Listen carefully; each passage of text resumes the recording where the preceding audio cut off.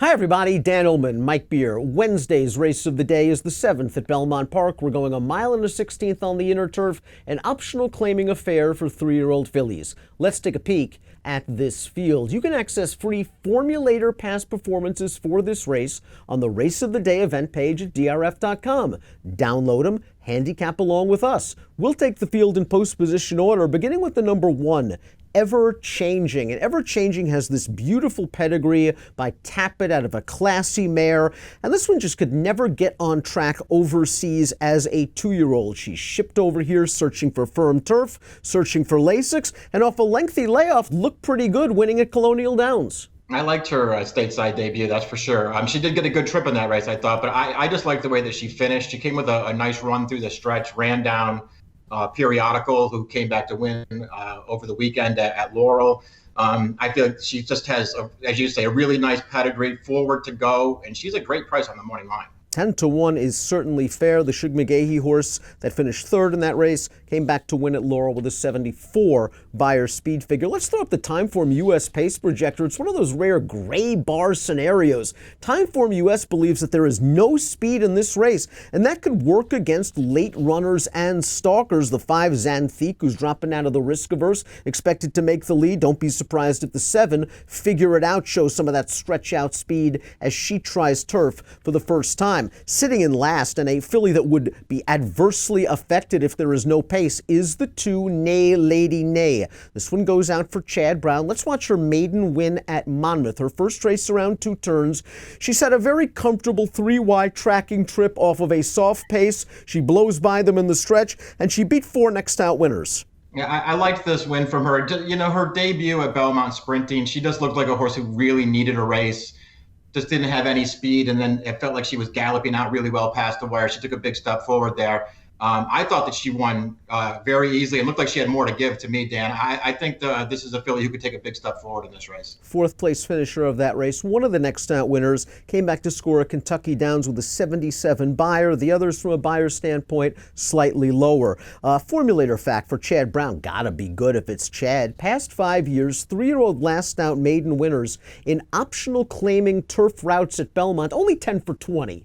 15 for 20 on the board, 252 ROI. Next up is the number 3, Chasing the Kitty. And Chasing the Kitty is moving from synthetic to turf for trainer Kevin Rice, who's having a very nice year, winning at over a 20% clip based at Presque Isle Downs over the summer. Formulator fact, though, for Rice over the past 5 years, synthetic to turf, 0 for 22. This horse needs a little bit of a Beyer boost. The 2 turf races, certainly excuses, way overmatched. Yeah, they tried stakes races twice last year, just races that she couldn't possibly win. I guess her recent form is good, it's just not that fast. She's just going to take a big step forward, because this is actually a pretty good allowance race on the turf, I think. The number 4 is Sorrentina Lemon, who has only raced once in her career, and that came way back on January the 5th. So this layoff is somewhat concerning for Christophe Clement. I thought she fired at Tampa Bay that day. Let's watch this race. There is no pace going on. They ran the opening half of this mile 2-turn race in 48 flat. You see her on the outside in the pink cap, and she just blows by these horses to win over a next out winner. I thought for a first-time starter over a wet turf course going 2 turns against a pace scenario that certainly could have worked against her, this was a nice effort. Yeah, I really like this debut from her. She looks like a real runner to me. We'll see what happens. The layoff, you just have to be really concerned with. Who knows what you're going to get here, as she hasn't started since January 5th. But her debut was very good. The horse that she ran down not only returned to winner next start, but she's won again since then out in Del Mar with a mid-80s Beyer. She's a pretty good horse. I think this horse is super dangerous in here if she's ready off the bench. The 5 Xanthique, Timeform US believes can make the front. Great $50,000 claim for Tom Morley. Saw something in this filly that said turf. Immediately switched the filly to the turf after the claim. She rolled off a couple of wins, and she's now stakes placed. And I thought she ran okay in the risk averse last time out. We'll take a look at that race right now. She's swinging into the stretch at 13-1, a pretty big price. She is the number 9 in here, and she just flattens out late going a mile. I thought it was an okay effort. Her 80 Beyers fit with these kind of horses, and if Timeform US is right and she gets to the front and backs it down, she could be very tough. Yeah, I just think she makes a lot of sense in this race, because outside of her, I think you're you're sort of banking on other horses taking steps forward in here. She doesn't have to do that. She can just run the races she's been running and be really competitive. I thought her risk averse was fine, Dan. The trip, there was nothing wrong with the trip, but she was always on the outside. The horses that ran 1-2 were always on the inside.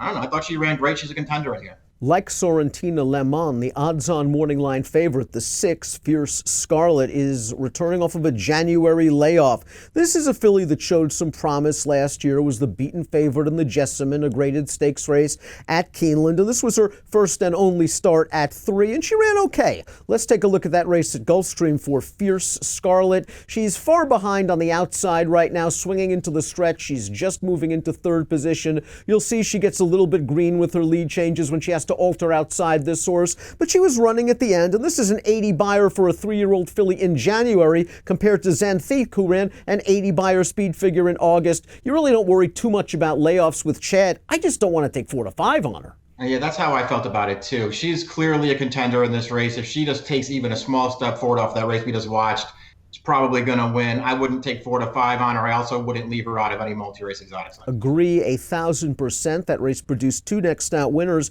including the horse that won that race, who has finished first in 4 of her next 5 starts. The 7 is Figure It Out, trying turf for the first time.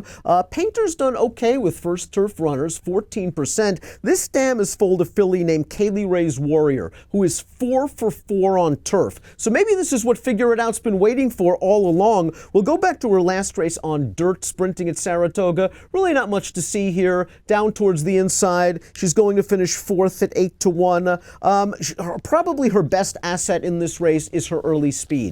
Yeah, I think that's true. This race that we're watching right now, I mean, if you're just looking for an excuse for her, I mean, there's just no passing going on in this race. They basically went 1, 2, 3, 4, 5 around the track with nobody making up any ground. So she was up against it from that standpoint. We'll see what happens. I'm not betting her if they run her on turf here. Obviously, it's a pretty good spot if it comes off. Pick time for race number 7 at Belmont, our Wednesday race of the day. I like Lady Nay's win. I like the way she powered home.